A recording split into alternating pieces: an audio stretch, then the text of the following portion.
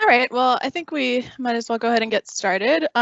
So first, I just want to thank everyone for coming. We're really excited to be hosting this virtual panel and to hear a little bit from our state regulators about issues that are going on in air quality in their regions. And so first, I want to just thank our panelists for participating. We're really looking forward to this. So I guess first, just to introduce myself, also, my name is Hannah Ashinafi. I'm a senior consultant in Ramble, and I'm also vice chair of the Baltimore-Washington chapter. And yeah, I'm looking forward to hearing the discussions today. So first, just start with a little bit of housekeeping, get the boring stuff out of the way. But first, if you could please just keep your microphones muted during the presentations while our panelists are talking. And we'll essentially have each of the panelists present for about 15 to 20 minutes, and then we'll have about half an hour blocked off for a Q&A. So we should be able to get to everyone's questions. We may be able to go over a little bit if people's questions keep going, but we'll see how that goes. But if you have questions as the presentations are going on, feel free to enter things in the discussion section of the Teams window. Or you can just save your question till the end, and you can just unmute yourself and ask questions, and we can just talk freely then. And finally, after we're done, we will post the presentations and the recording of this session on our website for the Baltimore-Washington chapter.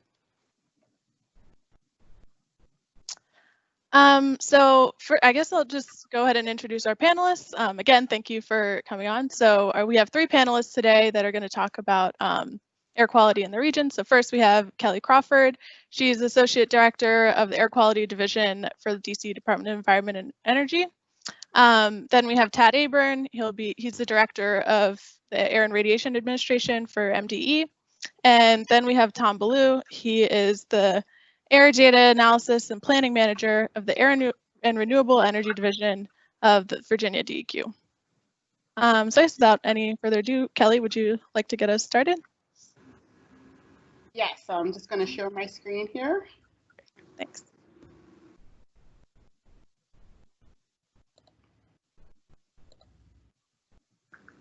Okay, good afternoon, and thank you for having me. My name is Kelly Crawford. Like Hannah said, I'm the Director for Air Quality for the District of Columbia, and I'm going to tell you a little bit about what's been going on in DC and some hot topics that we've been working on. So first, I'm going to preview our air quality trends report, which we just released in the beginning of July, and it examines the air quality trends from 1996 up until 2019. I'm going to talk about some regulatory updates that have been going on and some special programs that we have related to electrification. I'm going to give a brief overview of some of the air quality impacts of COVID-19 that we've seen, with a particular emphasis on the racial disparities of the air quality impacts. And also, I'm going to talk a little bit about some climate change efforts that we have underway. So first off, the district operates a robust air quality monitoring network. We have 5 sites, and it includes particulate matter speciation and a PAMS ozone precursor site at McMillan. All of our data is pushed through EPA, so it's available in real time. We have just released our air quality trends report. It shows all of the progress that we've made in the district from 1996 up until the 2019 season. And as you can see, that we've made some great progress in attaining the national standards. Sorry, can you hear me? Yeah, we can hear you, Kelly. Okay. Yeah, we can hear you, Kelly. So we've attained all the standards, with the exception of ground level ozone. As you can see, that we've had great reductions in emissions overall. But what you can see here is that the on-road and non-point sources are our largest contributors, and we've seen great reductions in non-road sources. Particulate matter, we're well below the standard for particulate matter. This is showing all of the sites in the district of, all the monitoring sites in just the District of Columbia. Same thing here. This is just for DC.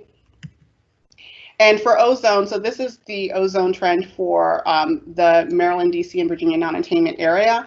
And here we have it broken down just for the individual sites in the monitors in the District of Columbia. And as you can see, for the past several years, we've been hovering right around the standard at about 72 ppb. One of the great things about this region is that a lot of our emission reductions comes from our regional efforts. And this is a great little slide that Maryland Metropolitan Washington Council of Governments put together, kind of showcasing all of the emission control programs going on in the region that have led to some of the progress that we've made. Now I'm just going on to some of the regulatory updates that we have in DC.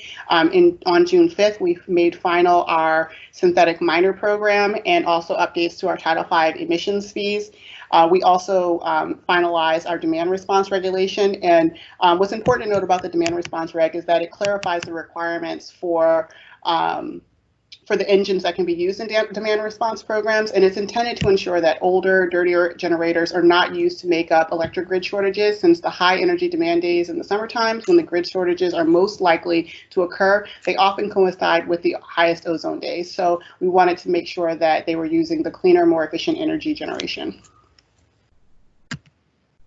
Some additional efforts that we've been working on include examining policies to reduce ozone within our borders, and that won't take away from our regional work, working with the Ozone Transport Commission to reduce ozone and to address transport, which makes up the majority of our ozone contribution in the district. We've also been examining greenhouse gases and looking at co-benefits for in some of our programs. We just passed last year passed the Clean Energy Omnibus Act, which will require an electrification plan for our transportation authority by July of next year. There's also the first of its kind building energy performance standards, which will reduce emissions from the building sector. And also there's plenty of electrification and transport included in the MOU and included in the Omnibus Act. One area that the Act did not cover is, or did not address, is medium heavy duty vehicles. They contribute to 16% of our greenhouse gas emissions from the transportation sector, and they're a major contributor of ozone in the district. We did just recently sign on to the zero emissions vehicle MOU with I think 15 other states, I believe. With that, the district did make a commitment to have 100% of our medium heavy duty vehicle sales by 2050. So it coincides with the targets for the light duty vehicles and heavy duty vehicles in the Clean Energy Omnibus Act. So it was very aligned with our existing goals. Another thing that we've been working on is administering the Volkswagen Settlement Fund. The district did receive $8.12 million from the settlement, and our largest project is going to be replacing switchers. If we replace all of the switchers that we have planned, it'll lead to a 1% reduction in NOx in the district. And we've also been using some deal money and some DERA money to replace with electric circulator buses, which are a local bus route, and also we're going to be replacing some street sweepers and possibly some refuse vehicles for the Department of Public Works. As we do that, we are making sure that we are targeting these efforts towards environmental justice communities, and we're identifying areas in the city that are most vulnerable to air pollution, and ensuring that when we are electrifying vehicles, especially the Department of Public Works vehicles, those will be placed on routes dedicated to routes that traverse environmental justice communities. Additionally, the cost share of the funding that's available through the Volkswagen Fund includes a bonus if the infrastructure serves wards 5, 7, and 8 in majority, and it's by a lot. So if you are operating the vehicle outside of the environmental justice communities, they can receive $155,000, but they get a bonus of $270,000 for operating those vehicles in environmental justice communities. Another partnership that we did last, well, it's like 2 years ago now, but we just finally reached settlement with Greyhound. We did an enforcement initiative at Union Station addressing rampant engine idling at the station. We found over 30 violations over the course of 7 days. Greyhound did end up paying $125,000 in penalties, made some changes to their loading practices, hired additional staff to address idling, and developed a text message electric system to notify drivers about engine idling regulations. So they made these changes not only on the routes that run through DC, but they implemented them company-wide. Last year also we piloted and we continue to operate an engine idling citizen enforcement program. This allows citizens to document photos, engine idling violations, and they can submit them through the DC 311 app. And those can lead directly to enforcement without an inspector having to make the observation. So essentially, they send in the photos and sign an affidavit, and an inspector issues a citation based on their observations. We've been looking very closely at what's been going on in terms of air quality with regard to the impacts of COVID-19. We know that the COVID-19 outcomes are potentially linked to air quality and health. And we think that what we have observed is that the African American community, especially in DC, have been hardest hit by mortality in terms of mortality outcomes with COVID-19 infections. And one great way to visualize this, if you see the map on the right, is from our health equity report of 2018. And what you see in the purple are the areas in the district that are heavily segregated, meaning that most of the population is, the majority of the population is Black. The red is where the majority of the population is Latinx.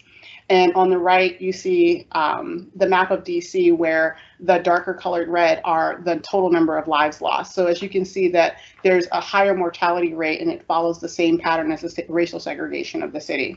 African Americans only account for 46% of DC's population, but over 75% of the deaths related to COVID-19.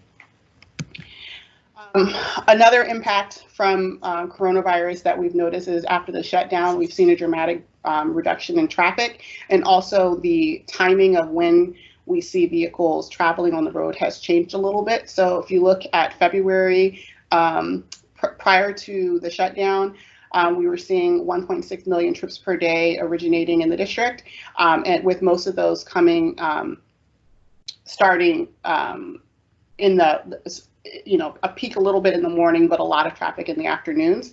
And then as we go into April, which is after the shutdown, we have a dramatic drop down of almost 50% of trips, reductions in trips. So we did take a look at the changes in the NO2 concentrations between 2019 and 2020 in the spring, and so you can see that we observed about a 20% reduction in NO2 concentration. There's a lot of research going on, and Tad's going to talk a little bit more about this, but we have seen some reductions, and that's most likely related to the significantly reduced traffic in the district and business activity. In terms of climate change, we know that climate change is making ozone pollution worse, and we're looking at co-benefits for efforts that will help reduce ozone and particulate matter, but also having greenhouse gas improvements as well. So we're looking very closely at that. And so this is just like kind of a snapshot of what we think that the change in ozone concentration will look like without any action based on the changes in the climate from now to like 2050 and then looking out to 2090. That's all that I have for today, and I didn't know if you wanted to do questions now or just wait till everyone's gotten through their presentations, because I think we're going to have a bit of overlap. Yeah, I think we'll just wait till the end to do all the questions, if that works. Okay, well, thank you so much, Kelly. That was really interesting. Tad, are you ready to present? Tad. You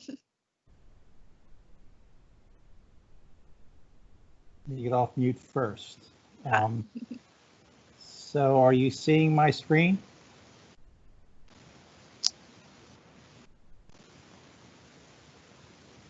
I think it's loading.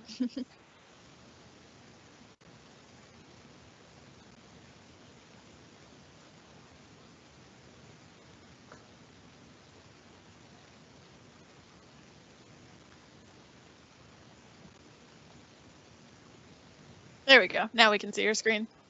Okay, now let me see if I can get in slideshow. So while I'm trying to get in the slideshow, just Tad Aburn, Air Director in Maryland, been doing this a long time. I've done quite a few of these A&WMA Air Directors overviews.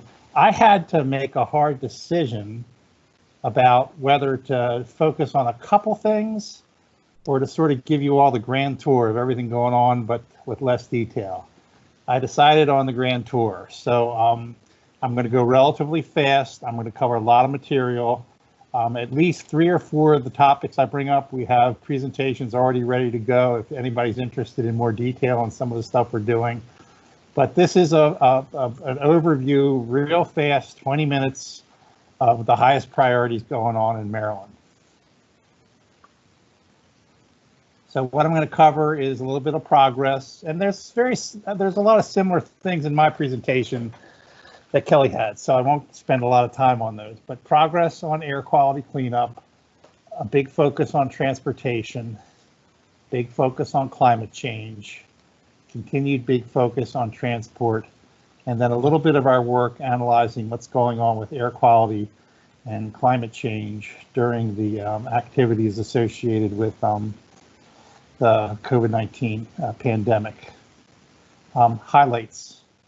This is a similar chart to the one that Kelly showed. It just shows all of our pollutants, and it shows both over time how we've progressed, and on the right.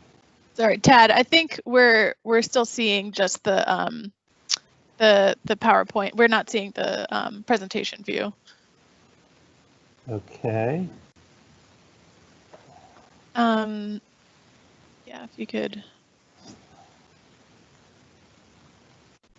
How about now?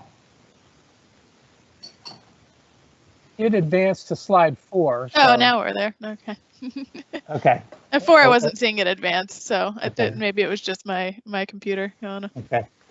Oh, the wonders of virtual meetings. So, on the left, you can see over time how we've progressed, and very similar to DC, we've made huge progress on every single pollutant other than ozone. We're simply hovering around the ozone standard. And if you look on the right, you can see the over time full reductions of the different pollutants. 21% for ozone, 53% for annual fine particles, sulfur dioxide, 88% reduction. A little snapshot of our 2 big pollutants, ozone and fine particles. We're now in attainment of everything except the 8-hour ozone standard, and we are very close to meeting that. And we do a lot of research to sort of direct us to where to go next, and so we really take our ozone stuff seriously. We've done a tremendous amount of interesting transport and other research. Exceedance days, you can see a downward trend. 2019, we had 14 days, just to give you a feel. 2020 is a very interesting year. Whole lot. Tad, we're still not seeing the progression of the slides. I mean, you can just click on them in that left slide bar.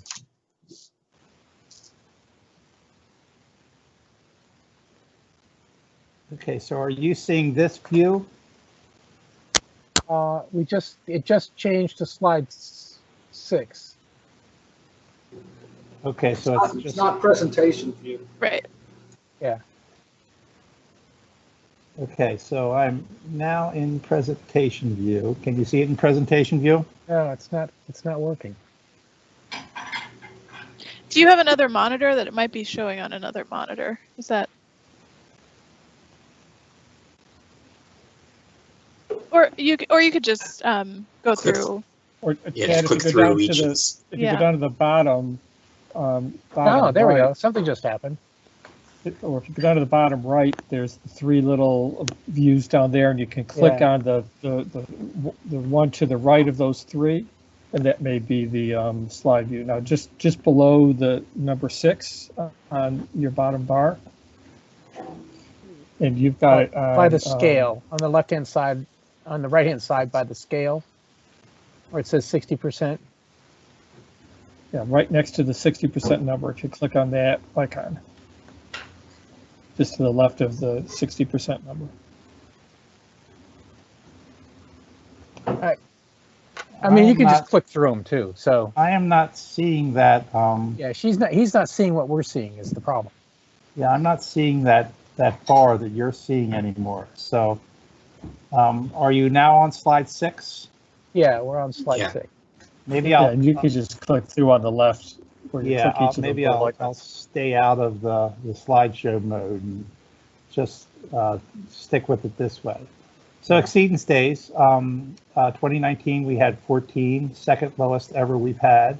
What's really interesting about the exceedance days in recent years is they are not like the old days.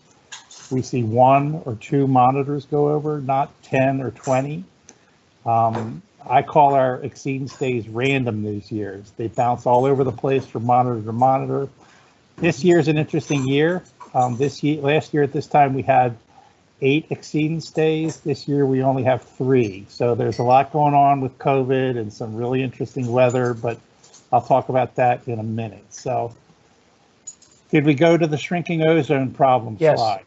Yeah, Okay. yeah, that works. Okay, so we also like to look at sort of the spatial change we've seen, and we have this in a really nice animation. I don't have it today, but we really reduced the spatial extent of our exposure to ozone. We used to have statewide code red and code purple problems, and nowadays we have a very isolated band up the I-95 corridor, very close to the Chesapeake Bay, where it's our high levels. So we not only changed the level of the standard we see, we've changed the spatial extent of the exposure. Fine particles, we don't talk about this as much as we should. I personally think this is one of the most compelling public health protection stories ever written. If you look at where we were and the high levels we had, and look at where we are now and how we continue to go down each year, and fine particles is a very serious health risk pollutant.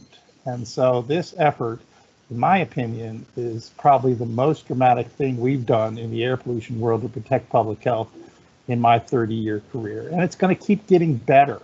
What's driving the progress now, in my opinion, is continued movement away from coal-fired power plants and the use of natural gas.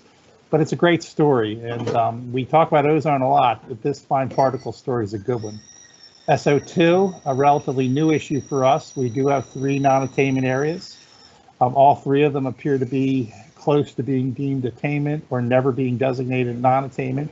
This is just monitoring data from our SO2 area around the Wagner and Brandon Shores power plants. And as you can see, the levels are very low, well below the standard. We have a SIP in the EPA to designate the area attainment. Toxics, we don't talk about toxics enough either. I mean, we've had huge, oh, what did I do? Hold on, I'll go back one.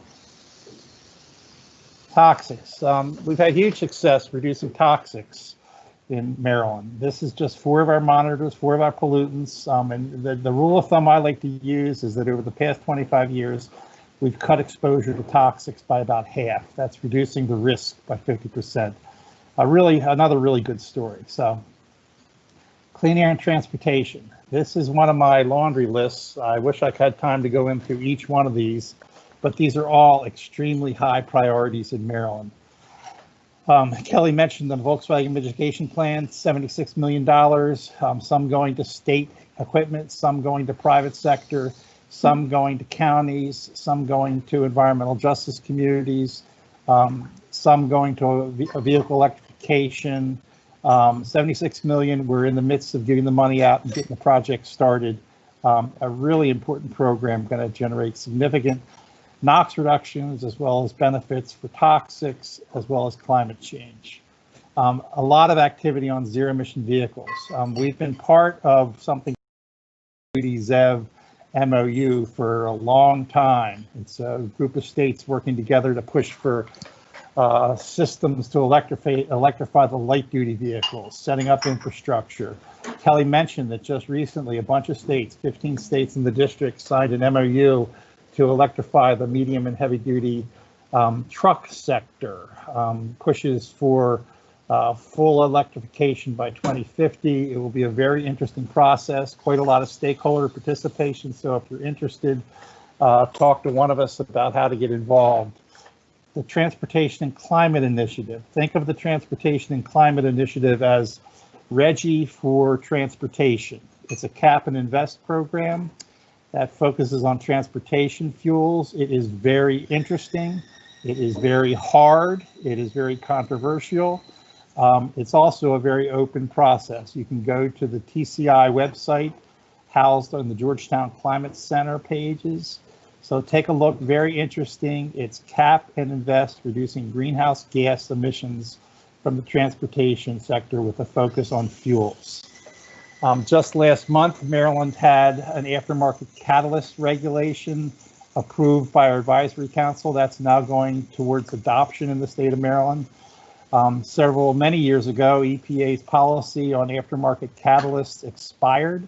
So now when a catalyst no longer works, John Q. Public can go out and buy any catalyst they want and put it on their car. Some of those new catalysts actually increase emissions instead of decrease emissions. So we've moved ahead with a bunch of other OTC states and now have a state aftermarket catalyst regulation, probably going to generate about a 4 to 6 ton NOx reduction in Maryland. It's based upon California's program, New York, Maine, New Jersey. I'm hoping DC and Virginia will follow our lead because it is a very important regulation to reduce NOx. One of the few things left that we can do for vehicles.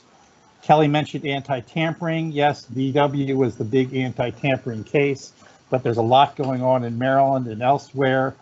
Anti-tampering is much smaller vehicles sometimes. Sometimes it's dealers, sometimes it's auto body shops, sometimes it's citizens themselves tampering with the control equipment on the vehicles for performance reason, and it's a very big deal, and it's going to become a bigger deal over the next 2 years. Telework, because of COVID-19, we've done some work on telework. It's going to be a real important strategy, I think, both for ozone, but more importantly for climate change. I don't have time today, but it's a very interesting piece we've worked on. Idle Free Maryland is an idle reduction program for both schools and trucks. Again, look on our website. There's a lot of information there. We have a partnership with the Port of Baltimore where we made dramatic reductions in NOx emissions and diesel particulate over time. It will continue to happen. Multiple millions of dollars spent to clean up emissions around the port.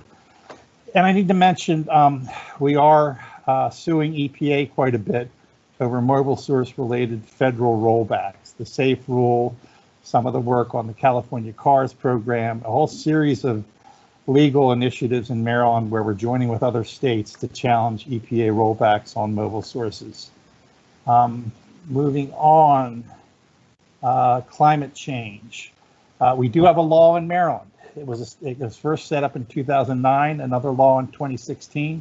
2009 said 25% reduction by 2020. 2016 law said 40% reduction by 2030. The chart on the right simply shows you where we need to get to by certain dates on the right, 25 by 20, and then 40 by 30. The bar on the left shows you our every 3-year actual inventory, and if you look at it, yes, it appears that we are already meeting the 25 by 20 reduction requirement in 2017. Again, huge plan. We've just adopted over 100 measures. It's out for public comment. Feel free to take a look. Just make sure you got that one. A little bit of the modeling. Some people love the modeling around climate change. I happen to be one of them. This just shows a series of model runs we've done to look at our draft plan. The big dark line, the dark green line in the middle is our current draft plan. It models the draft plan. It shows that we both meet the 25% by 2020 goal and we meet the 40% by 2006 goal. We did look at deeper goals because the ultimate goal of our program is to become carbon neutral or achieve something like 90% reduction by 2050. So a lot of modeling's going on. Look at our webpage. All this is available. Take a look if you have a chance.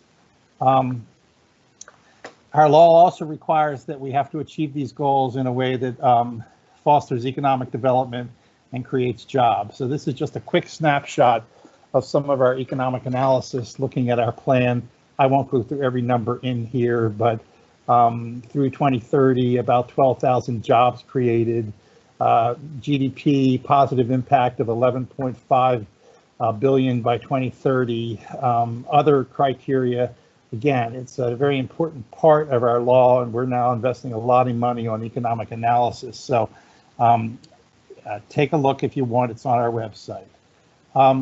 A quick run through of some of our big climate change programs. RGGI, the Regional Greenhouse Gas Initiative, cap and invest for power plants, primarily expansion.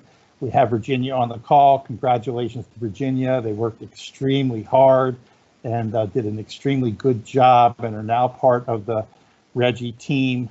Pennsylvania is also now working very, very hard to become part of RGGI, and I know other states, including maybe the district, are looking to do the same thing. We do have a large commission on climate change. It's very active. We have 3 active working groups. If you go to our website, you can look at every working group. The mitigation work group is the one that I lead. It's all about the strategies we need to do to reduce greenhouse gas emissions. There's a huge amount of information in there, all the model runs, all the program information. It's just a huge effort, the Climate Change Commission. Empower Maryland is our Maryland Energy Efficiency Program. It's one of our biggest programs. We actually invest the funds that are created through the RGGI auctions into the Empower Maryland program to allow for more energy efficiency spending. So it's a very good program and it's very much linked to RGGI. California Cars, the ZEV MOU, the medium and heavy duty ZEV MOU, all big parts of our climate change program. We just a few months ago moved forward with hydrofluorocarbon regulations. HFCs are fast-acting climate changers, very potent greenhouse gases. Maryland and several other states have moved ahead. I think a lot of other states are as well. Take a look. This is a hot topic. It's out in our regulatory adoption process right now. A series of regulations on methane. Right now we have a reg on compressor stations and infrastructure out in the public venues, soon to be proposed. We're working on a landfill reg, and we're working on a regulation for the distribution sector. In other words, the piping that goes through cities like Washington and Baltimore. We also have wastewater treatment plants on our list for later. Moving on to transport. We're doing a tremendous amount. We always have done a tremendous amount on transport. We run a big research program. We've been doing it for 30 years, partnership with University of Maryland, other partners like UMBC, Howard, NASA, NOAA, and NIST. The bottom line is the research and the strategies around transport have worked. We used to see days when our airplanes would measure 90 to 110 parts per billion of ozone floating into Maryland. We don't see that anymore. What we do see is we see days when we see 50 to 60 parts per billion floating into Maryland, which is much less than 110. But with the standard being at 70, it's still a challenge. If we're getting 60 ppb imported, we only have 10 ppb to handle Maryland emissions, and sometimes that just doesn't work. Really simple lesson from all the research: regional NOx reduction drives down ozone in the east. There is no doubt about it. Regional NOx reductions work, whether it's power plant or cars. It must continue to be one of the major strategies that we pursue for ozone. However, we're also now looking at peak days. Really, really interesting topic. the role of the Chesapeake Bay, the way ozone gets elevated over the bay. Why does that happen? How does it move from over the bay inland to our worst monitors like Edgewood? Very interesting stuff. There's a local component to this, so we're looking very hard. We have a program called the Peak Day Partnership where we're targeting about 40 stationary sources who have high emissions on high electricity days, and we're asking them to take extra action. We just had a day yesterday where we asked those 40 sources to take extra action. It's a great topic. It's too long for today, but if anybody's ever interested, ask. So we've taken a lot of this research and we've done multiple challenges to EPA over their failure to address the transport issue.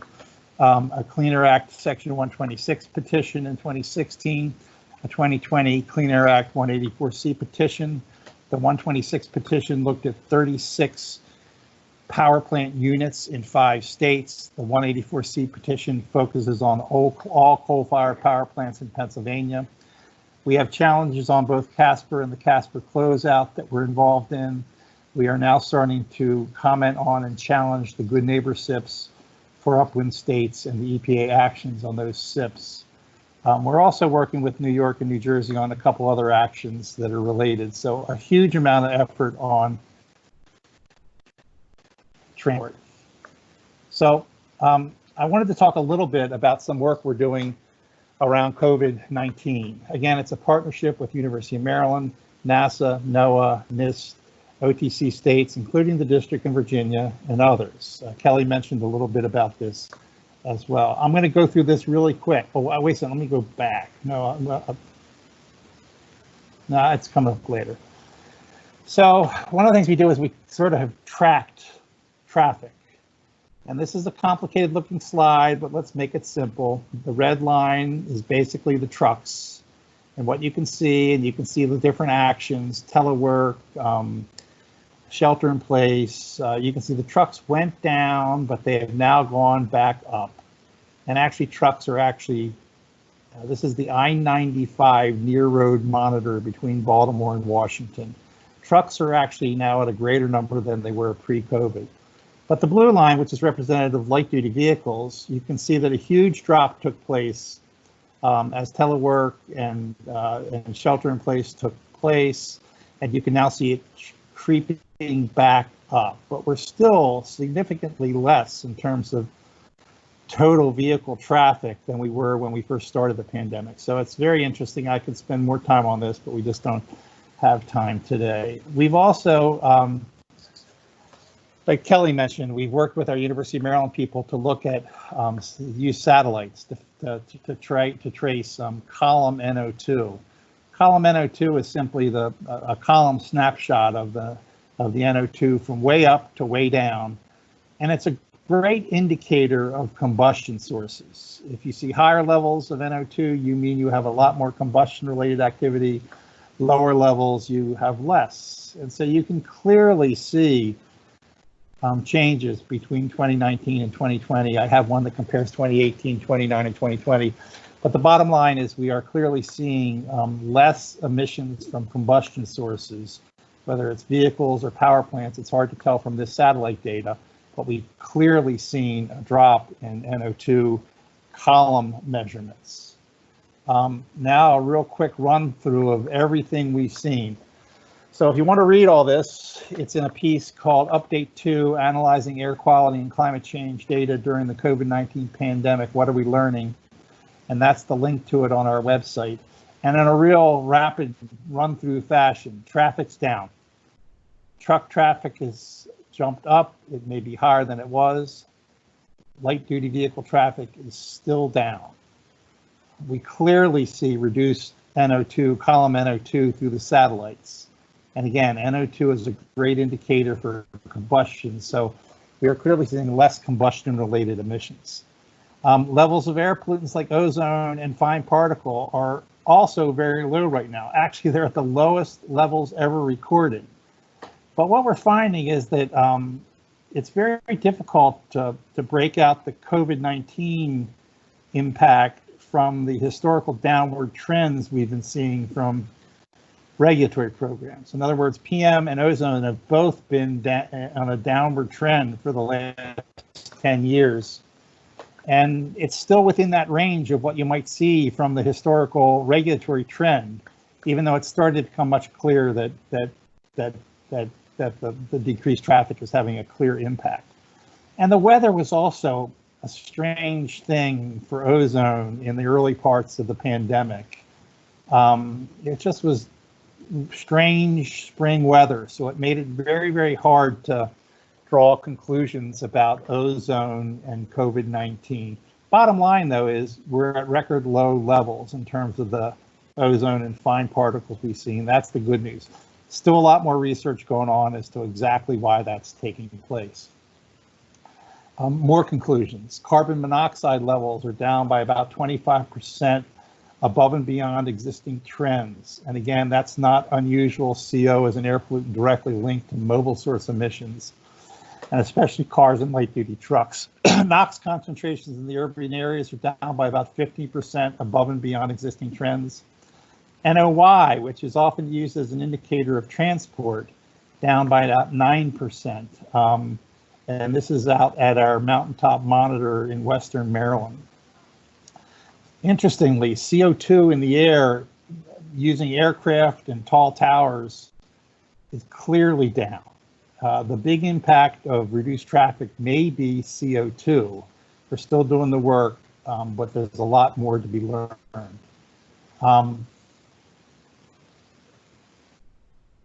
Carbon levels at our near road monitor, and this you would expect to see a lot of black carbon at a roadside monitor, about 30% below current yearly trends. Very important mobile source pollutant, important to climate change, important to diesel, a really good, interesting finding. We've also looked at CAMD data, and we do see that emissions of NOx and SO2 are down. PM 2.5 emissions are down. Emissions of CO2 are down.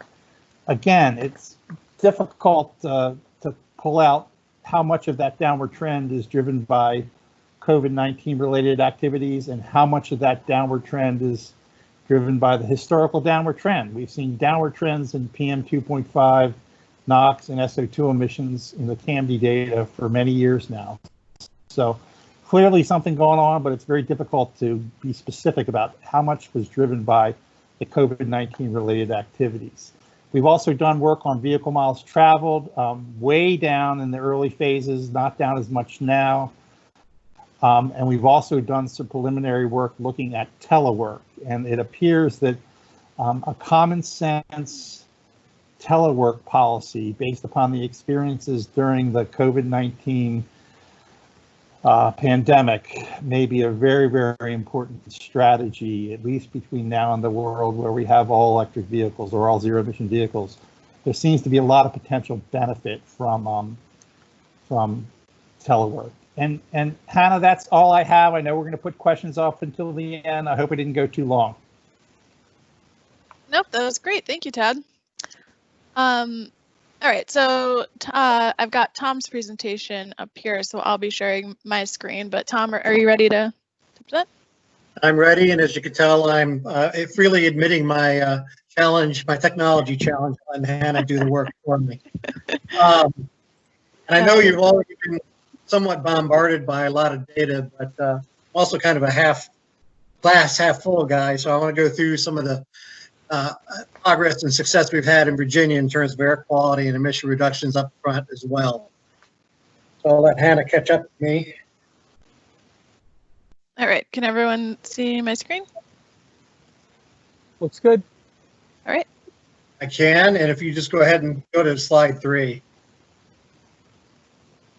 Okay.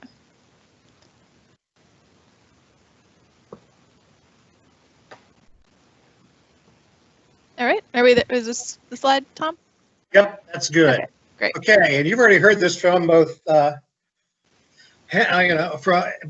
the other two presenters, but Virginia, we've seen a similar trend in decreased ozone. This slide's basically showing you what we call high ozone days or exceedance days. very quickly. Back in the 90s, we were seeing, over 100 exceedances or high ozone days per year, and we are now down to our last year of record. We had 4 exceedance days in Virginia, and it kind of averages it between 4 and 5 for the last 4 years, and most of them have been in Northern Virginia. We have just had our first ozone exceedance of the year this year in July. Yeah, sometime in July. I forget what day it was, but going back to what Tad said is, the sporadic nature of ozone these days. That exceedance was in Loudoun County, which is kind of an odd place for an exceedance to happen, and that's the only monitor in Northern Virginia that had an exceedance during that day. So it is to show you that ozone is very, very unpredictable these days. Next slide.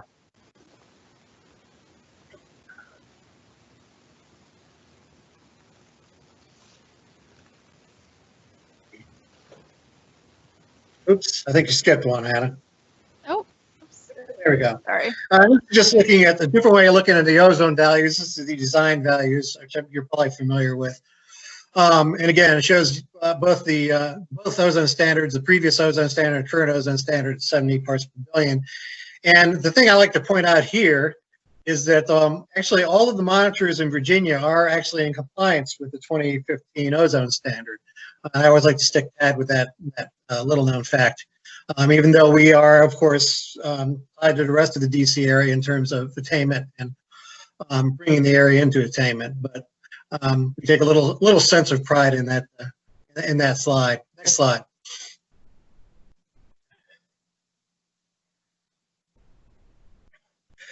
These are the design values for PM 2.5. Again, we're well below the standard. One thing you'll notice, and I don't have a good explanation for, is we have a little bit of an uptick in Northern Virginia in PM 2.5 last year. I've asked my staff and I've asked our monitoring staff. They don't have a particularly good reason for that. So we'll certainly want to keep an eye on that with this year's data. But still, we have been and continue to be well below the PM5 standard. Next slide.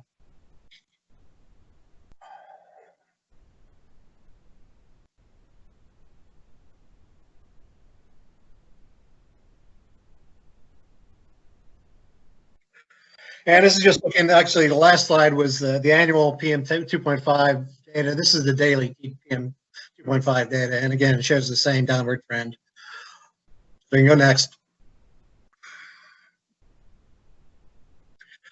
This is actually the data, and this was also borrowed from a COG presentation. It shows you the actual data for the DC area, and it's showing you the driving design values. And again, it shows you a lot of progress in the area, but as has already been indicated, we are just slightly above the ozone standard. So we do have some work to go, and it will be interesting to see where we wind up after the end of this ozone season. Next slide. And again, this is specific to the DC area. This is the fine particulate matter data, and again, we're well below standard at a little bit of a slight uptick again in this data, still well below the standard. Next slide.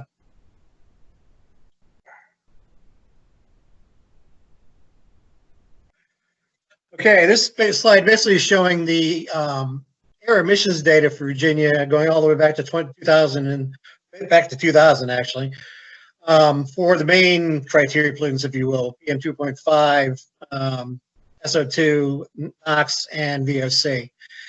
And basically, as you can see, emissions in Virginia of those 4 pollutants combined has decreased by more than half over that time period. So there has been a significant downward trend in emissions, and surely, obviously, we're seeing that in our air quality data that I just presented. Next slide.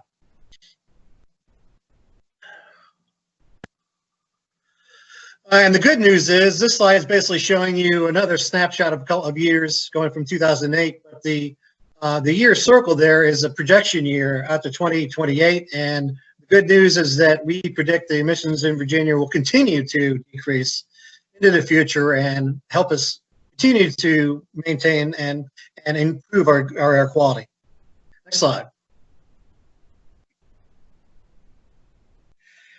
Okay, and we'll move on to basically some point source data and specific programs that that have been implemented, or a combination of programs.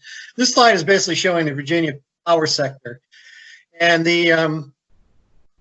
all of the trend lines that are going down are all the criteria pollutant emissions from our utility sector, which, as you can see, have decreased significantly, especially in the case of SO2, as we in Virginia have moved from a coal-dominated power sector down to a much cleaner power sector after 2019. But at the same time, the yellow line there, the only line that's going up, is generation data. So we have that reduction has been achieved even with an increase in generation over, at least over the last 10 years. So, generation is going up. We are still achieving lower and lower emissions. Next slide. And this is a specific point I wanted to make in terms of Northern Virginia. We in Virginia just got through our last review of major sources, point sources in Northern Virginia, which are very few these days. Our point source sector is very small compared to what it used to be. But we went through our latest review required by the Clean Air Act for reasonably available control technology, or RACT. And as a result of that review, we actually have issued permits and required additional controls on 3 of our last remaining large sources in Northern Virginia, Dominion Energy, Potomac River, and the 2 Govanta plants, one in Fairfax and one in Alexandria. The significance of this is that we predict that we will get over 1,000 tons of additional NOx reductions per year from these permits and these additional controls, which we think are very important and very timely given our position with the ozone standard, and we are just above it right now. So that's one specific example of efforts being done in Virginia to assist the area into coming into attainment. Next slide. I'm going to move on to the mobile source sector, and I also pull out another.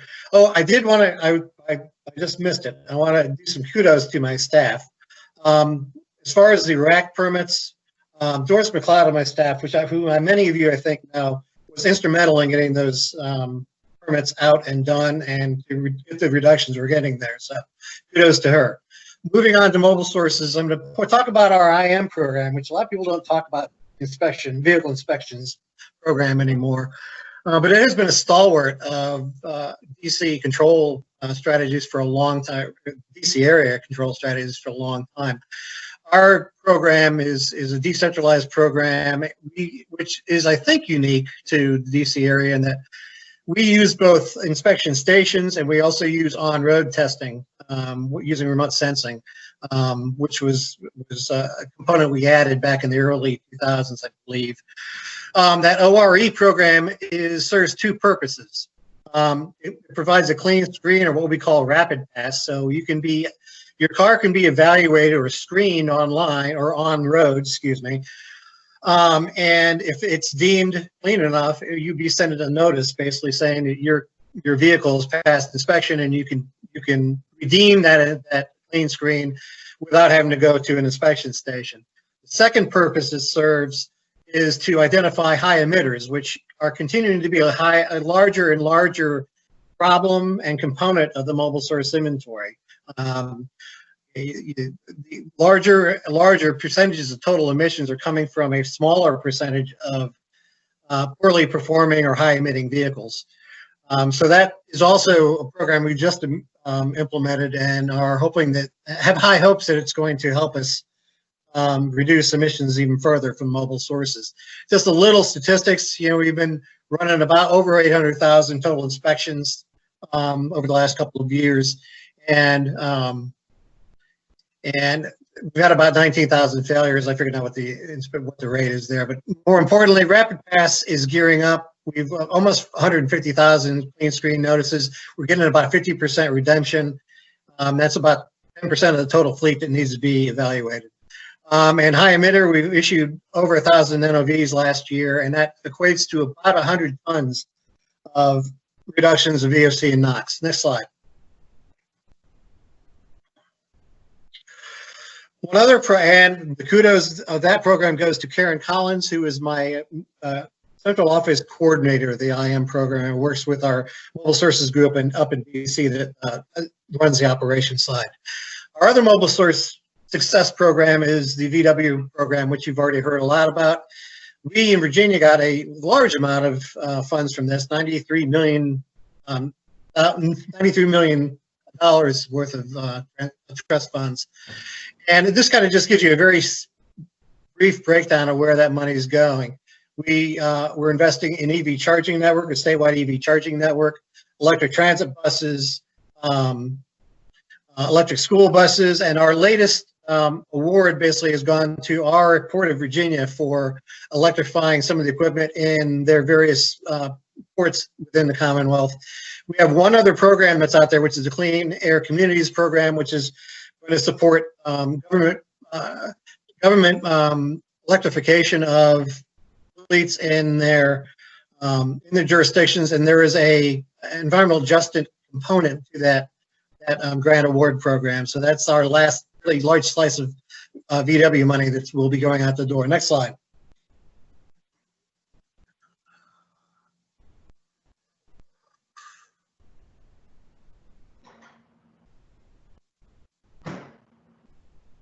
Good. Okay, now getting to climate. This was really kind of the year of climate. The legislature, our General Assembly, did quite a bit there. These are the kind of the centerpieces of legislation that came out of this. The first is the Virginia Clean Energy and Flood Preparedness Act, otherwise known as the RGGI Bill, if you will. It allows us to implement a carbon trading program. It allows us to participate in RGGI, generate revenue, and to then use that revenue for flood preparedness, resiliency, and energy efficiency programs. The second program, which is even farther reaching, is the Virginia Clean Economy Act that kind of takes off after our first 10 years of RGGI. And such yearly reduction requirements, or RPSs, for our regulated utilities, eventually leading to 100% carbon-free power sector by between 2040 and 2050. It closes most of our remaining coal plants by 2024, and it also provides more incentives and actually mandates for renewable energy and energy efficiency. Next slide.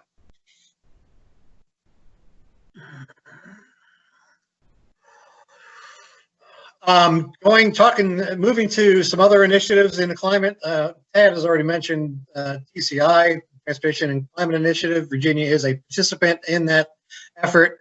And like I said, I'm channeling my Tad and saying it is a cap invest program, or RGGI for transportation.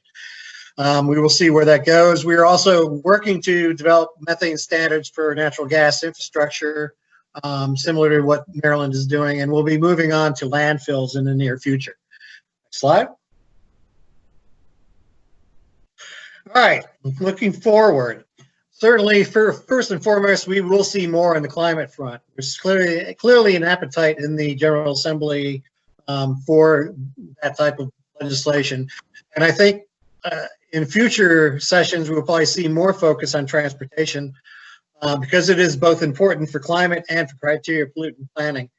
We have TCI. We actually had a Section 177 legislation this session that did not pass, but it would not be surprising to see similar legislation again next year. And again, focus on EVs and perhaps down the road, heavy-duty vehicles is all things that will probably be getting more attention as all the other sectors of emissions decrease and transportation becomes more important. We still have work to do in ozone. As you've seen already, we're not quite there in terms of the 2015 ozone standard. We probably will be looking at an attainment plan for the DC area here coming up in the next couple of years. And we also have a good neighbor SIP to look forward to. Virginia is one that has to submit a good neighbor SIP and show that it's meeting its contributions to other areas. So TAD's list of litigation plays into that as well. So we will see where that process goes as well. We are going to have much more of a focus on environmental justice. DEQ is currently working on a study to look at its environmental justice procedures and how to improve them. And last but not least, you've already heard a lot about this, the uncertainty of what COVID and continued pandemic is going to have on all of this, and the programs, revenues, everything moving forward. And that's all I have. All right, thank you so much, Tom. And again, thanks to all of our presenters. I guess now that we can go into the Q&A session. So I'll just start off by going through the chat. I know some folks have put some things in the chat window as we've been going through. So we have one comment from Stephen Walls about just a comment it's adding to our discussion of ozone days. So he said yesterday was second ozone code orange day in the Metro DC, and July 22nd was the other. And he also had a comment about which sensors measured exceedances this year. July 22nd, ozone exceedance was at Ashburn in Loudoun County, Virginia. July 29th was at PG Equestrian Center in Prince George's County, Maryland. So thanks for that. None in DC yet. Okay, none in DC. Gotcha. All right, so that's really helpful. Thank you. I did see a couple questions from Flint. Flint, did you want to just go ahead and ask your questions, or would you like me to read them from here? Okay, so let's see. The first question was for Tad. We're looking at doing the air quality symposium again this year. Let me put my picture on. And I was wondering what topics you thought we should cover in next year's symposium.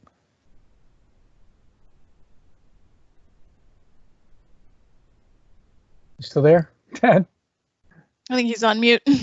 Oh, sorry, I'm talking away into my mute button. So I think the COVID work is really interesting and compelling stuff. I think it's really people love it.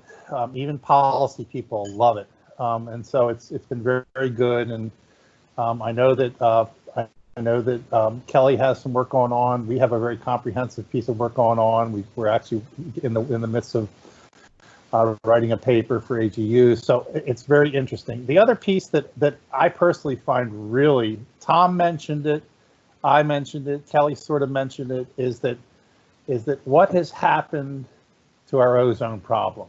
It is very different now than it was 10 years ago. The exceedances we see, or I call them random, Tom called them sporadic, they're just very, very hard to figure out. It's not like the old days where a group of monitors always lit up.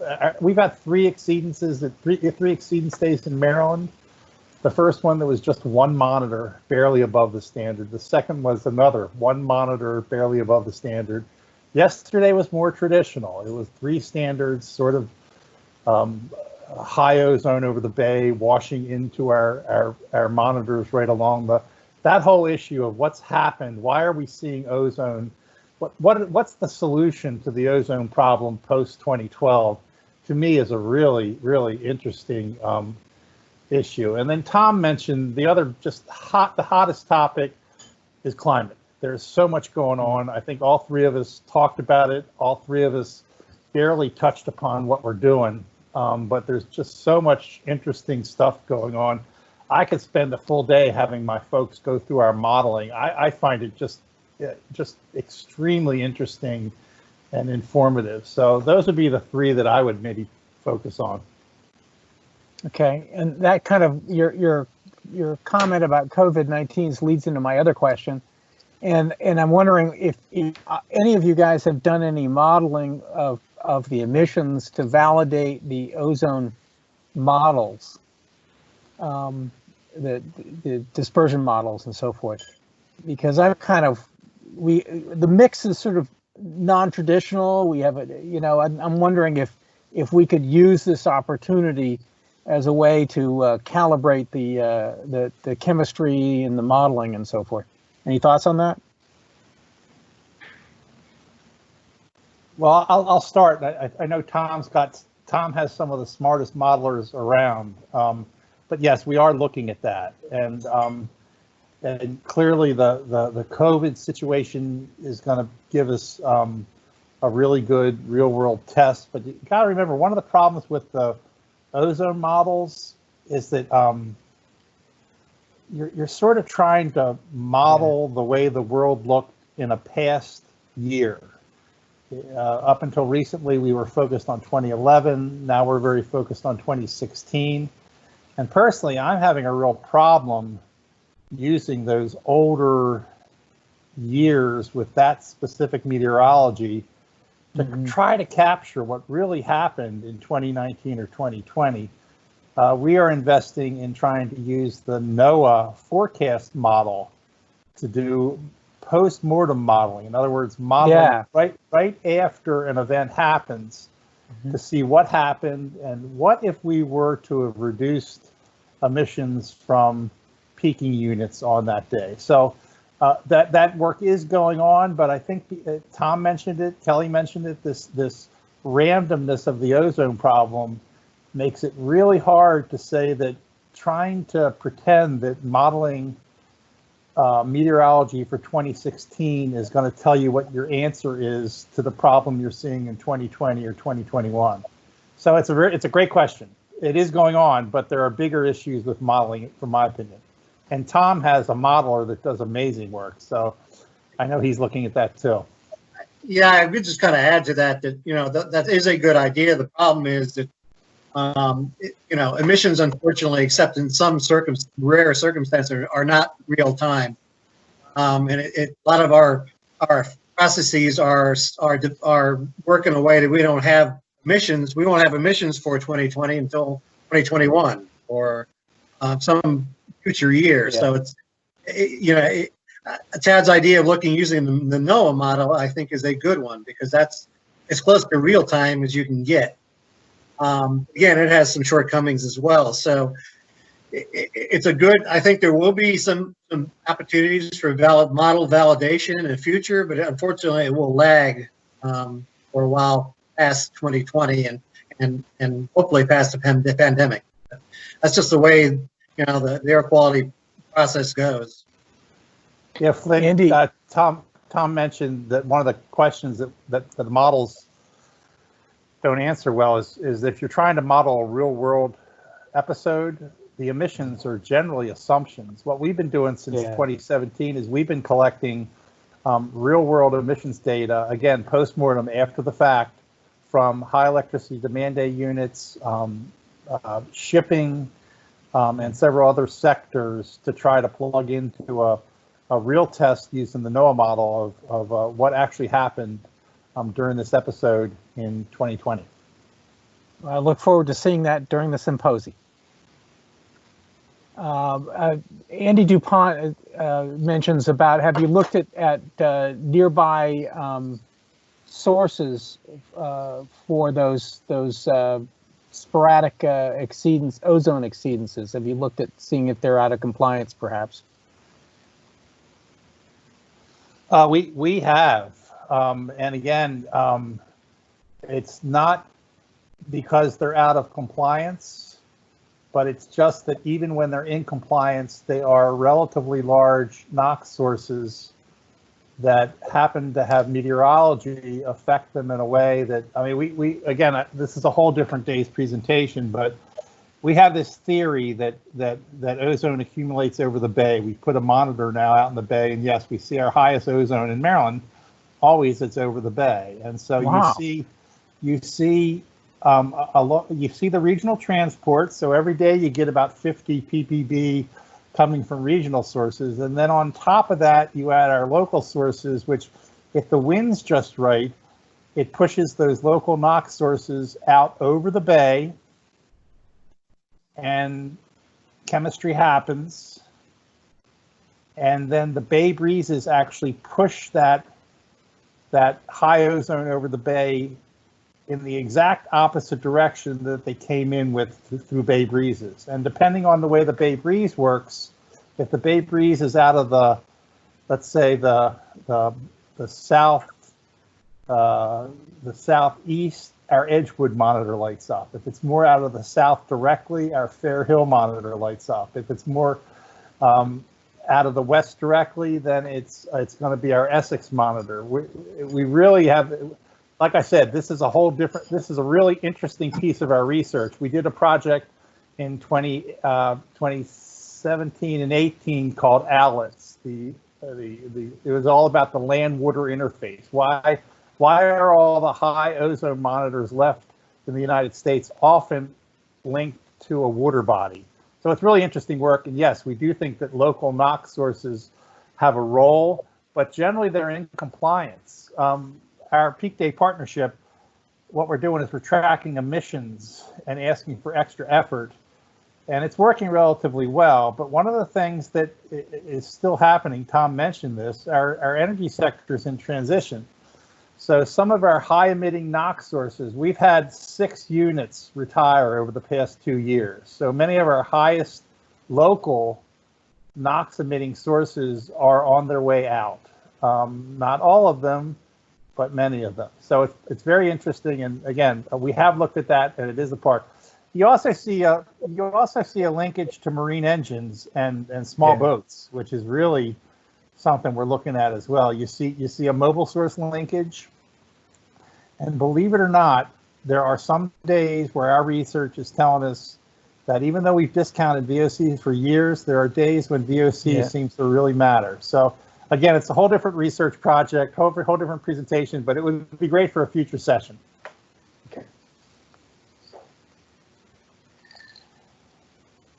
Well, raise your hand if you guys have any questions, if anybody has any questions. Yeah, I think we've covered everything in the chat window at this point.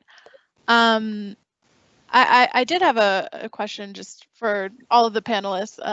Just actually before everyone joined on, Tad and I were talking a little bit about just transitioning with COVID, and I know we've talked about COVID and air quality, but it would be interesting to hear a little bit about how COVID has affected each of your agencies in terms of, just getting permitting and compliance, and getting things done with the transition to work from home, and how that's been for each of you.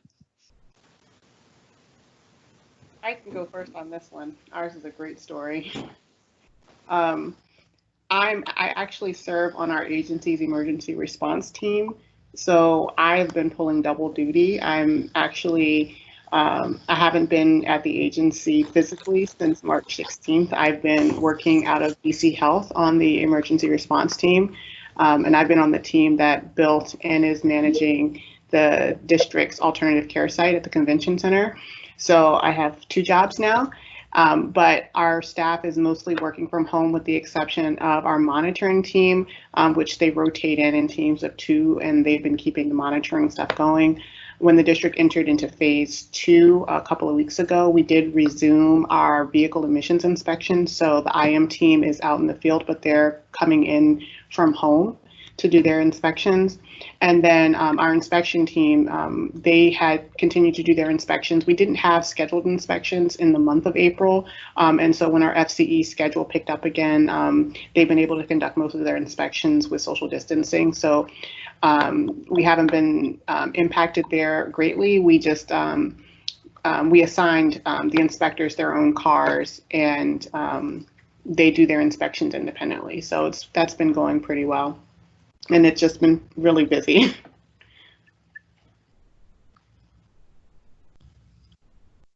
Great, thanks, Kelly. So this is Tad. I've been flabbergasted that we've maintained the level of efficiency that we have. I mean, our permit program is actually doing as good or better as it was when it was in the office. Our compliance program, even though it's had some major changes in terms of remote inspections, and it's really kept right up, and there have been enforcement actions. We have not stopped enforcement. It has continued. We do a lot less face-to-face stuff, but we've adapted, and it's really worked well. Our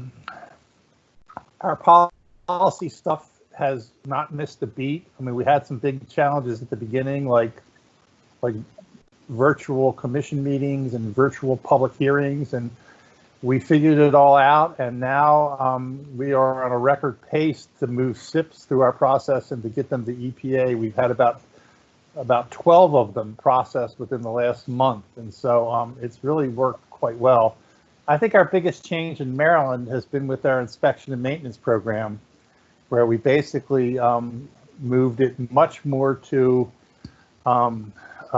kiosk testing. We actually, in Maryland, a bunch of the A&WMA stations have been turned into COVID-19 testing stations, and so there's a big change in that program.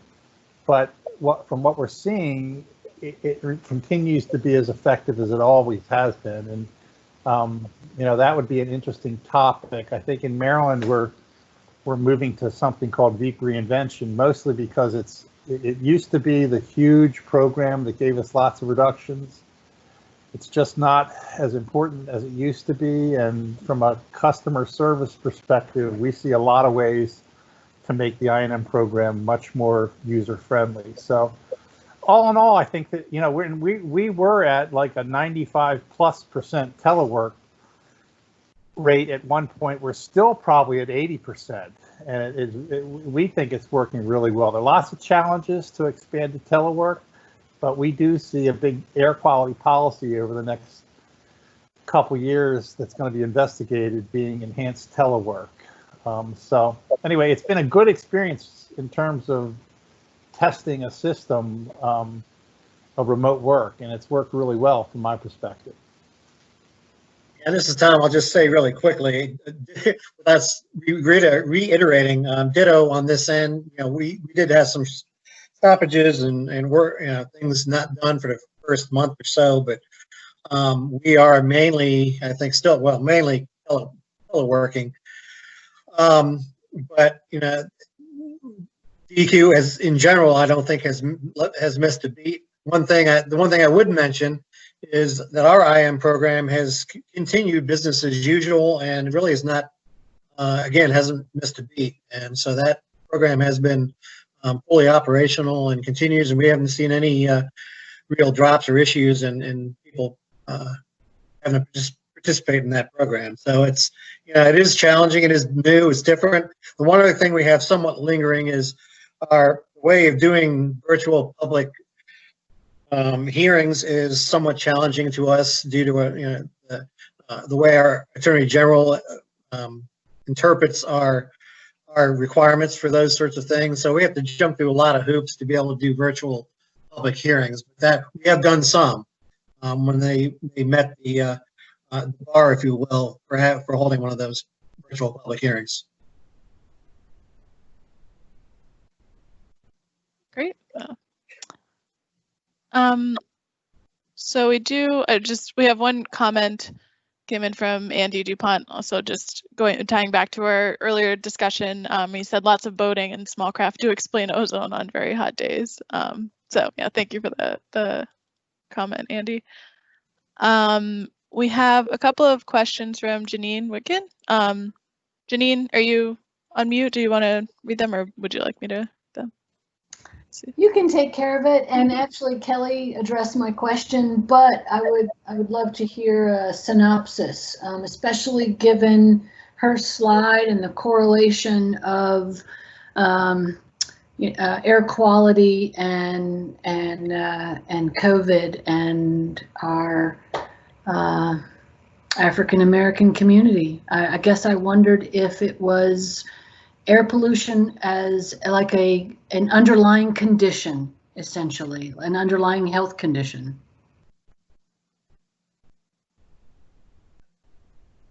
Right, so just to reiterate, Janine asked, for Kelly, are there any studies correlating air pollution to susceptibility to COVID, especially given it's a respiratory virus?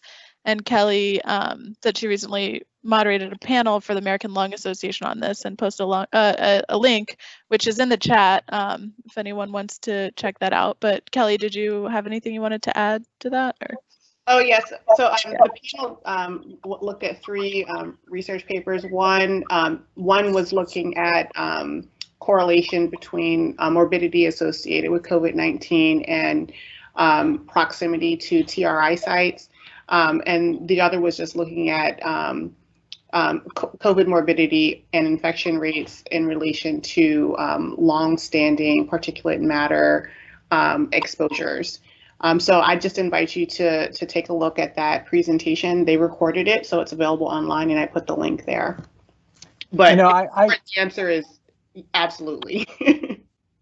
I monitored it. I had a panel for the virtual ACE about COVID-19, and one of the issues that I discovered is that in California, so they've stopped doing some of the controlled burns in preparation because of COVID-19. So we may see a really bad fire season, wildfire season, because they didn't do the controlled burns because of the virus. It's kind of interesting that the issue is being linked.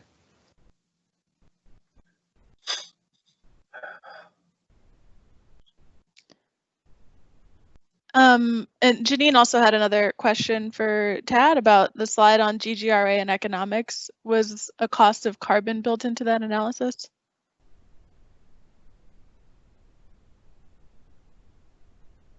And Tad, if you're talking, you're on mute. Talking away into my mute button. If I don't have that presentation up, but if you go look at the last line on the economic benefits slide, you'll see the cost of carbon benefits are reported there, as well as the decreased cost of mortality and health benefits are also reported. I just didn't go into that level of detail today, but yes, we are doing that, and it's actually on that table that I showed.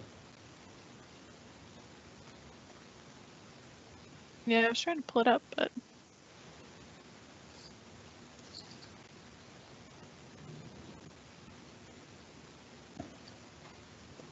Going to take longer to queue it up. yeah, just well, there. Is it this one? That's the next one. No, what keep going. It's a little further down. It's This one. It's a table. Yeah, it's the bottom of that. It's the bottom of that table. You can see the climate costs. Yep. Thank you. And again, we'll put these on the website so everyone can. I have the luxury of having a staff person that is one of the most amazing climate people you'll ever find. He runs my whole climate program. He's an economist by training, and he's done just amazing work. He's been a critical cog in Reggie. He's a critical cog in TCI, and he runs our whole program in Maryland. So take a look at our Climate Commission website and the mitigation working group, and a lot of his work is highlighted there. It's really, really cutting edge and interesting stuff. Well, I would encourage him to present at the annual conference or specialty conferences. Yeah, no, I mean, he's a little different because I usually hire engineers. He's an economist, but he is something else. So anyway.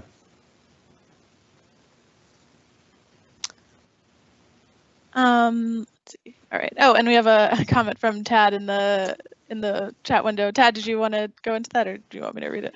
Well, if there are other people's questions, you ought to cover those first. I was just gonna chime my Virginia and DC counterparts.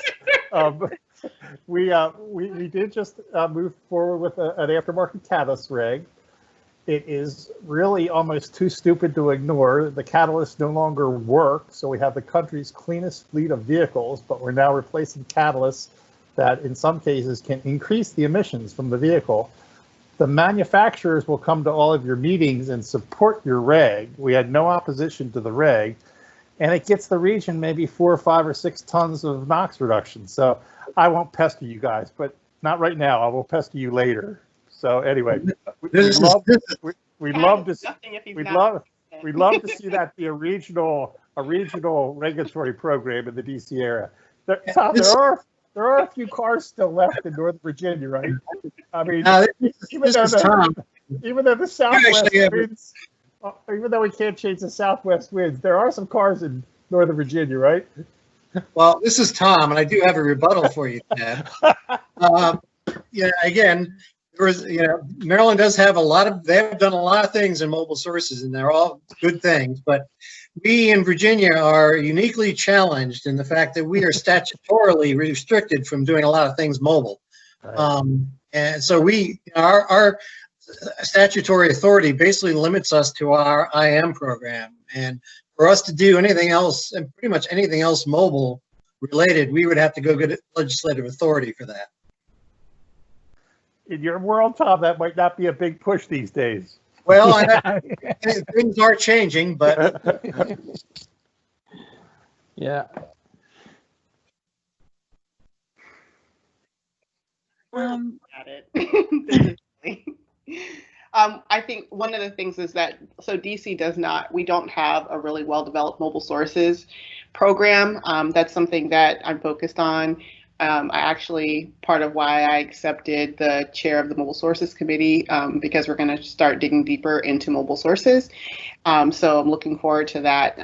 We're also a little short-staffed, so even though we have a hiring freeze, we actually have 3 critical vacancies that are going to be coming out soon. So we're going to be looking for a planner, a new inspector, and also a chief of compliance and enforcement, all recent vacancies. So if anyone is looking to come work to the District of Columbia on air quality, we've got some great opportunities come out, and you can find out about them on careers.dc.gov in a couple of weeks.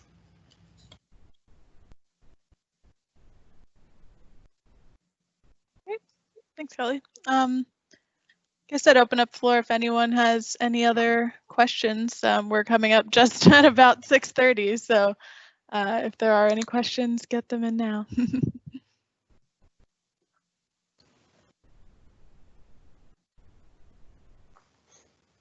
Well, all right, I guess seeing as we don't have any other questions in the chat window, well, I guess first I'd definitely like to thank our panelists for presenting. Those are really interesting, really great presentations, and I think we've gotten a great sense of where each of your states and, well, jurisdictions, since DC's not a state yet, but where each of your programs are headed. So this has been great. Thank you, and thank you for everyone that joined. I guess just really quickly, I'd want to plug a couple of things from our local chapter. We'll have some upcoming events. Right now, we haven't scheduled it, but we will eventually be holding an air permitting and compliance for data centers event, and that'll be hosted by Ali Farnood and Christine Ng from Ramble, so stay tuned. We'll also, we just made a LinkedIn group, which we're hoping to start using LinkedIn a little bit more, so I'll put a link to that in the chat window if anyone's interested in joining, so you can see announcements for any events that our local chapter is putting on. And also, if you're not a member and you've joined to hear the discussion, consider joining. We have a lot of great events, and there's a lot of benefits to being a member. You have our local chapter. We do events focused on the Baltimore-Washington area, but nationally, A&WMA has a lot of other webinars and trainings, conferences, things, and you get discounted rates as a member. So something you might consider. Also, just wanted to say, if you have any questions about our chapter or any events that we're putting on, this is just a screenshot of our officers. This is on our website too. So feel free to contact any of us if you have any questions about the local chapter. And finally, I'll just plug there are some upcoming A&WMA webinars. So if you're interested in looking at any of these topics, you can just go to awma.org/webinars, and they'll be listed there.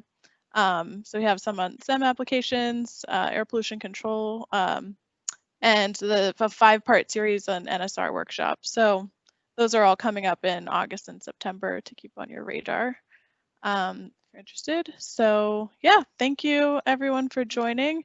I will put the link to our website in the chat window right now. Wow, that is large font. And also I'll put in the link for the webinars too, if anyone's, and our LinkedIn. So yeah, this has been a great event. Thank you for everyone who's joined, and let us know if you have any questions. Great job. Thank you, you. Hannah. All right. Hey, Hannah. Thanks, everyone. Yeah, thanks. Excellent presentations. And stay tuned for the announcement of the call for abstracts for our Orlando annual conference. for next June. Hopefully it'll be in person rather than remote, virtual like it was this year, but we're planning as if we have some flexibility. So we've now done a virtual, so we know how it's supposed to work.